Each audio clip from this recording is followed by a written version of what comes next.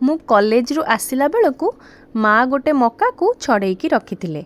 मु ताको टिके लुण पानी रे सिझेई देली, किंतु सिझेइबार वीडियो बनैबा मु भूली गली। तापरे सेथिरे किछि कॉर्नफ्लोर गोळेई देली आउ ताको गरम तेल रे छाणी देली। सिझेइकी जेतेबेले मु ताको गाळिली जो पानीटा बळिला सेटा मु रखिची, आउ किछि रेसिपी रे व्यवहार करिवि, ताको नष्ट करिनी मु। आउ एटा छाणिला बेले टिके सावधान थिबे, ढोढा हेकी फुटे पूरा दिवाली बाण भलिया। एटा को छाणिला परे मु गोटे जगह को काढ़ी देली। आउ जेहेतु मु से दिन पियाज रसुण खाएनी सेथिपाई मु सेथिरे गोलमरीच गुंड आउ कला लुण पकेइकी गोळेई देली।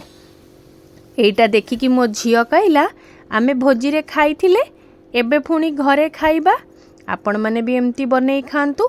आउ पियाज आउ रसुण पकार रेसिपी मु आउ दिने शेयर करिवि। एबे पई आपण एटा एन्जॉय करंतु। एन्जॉय।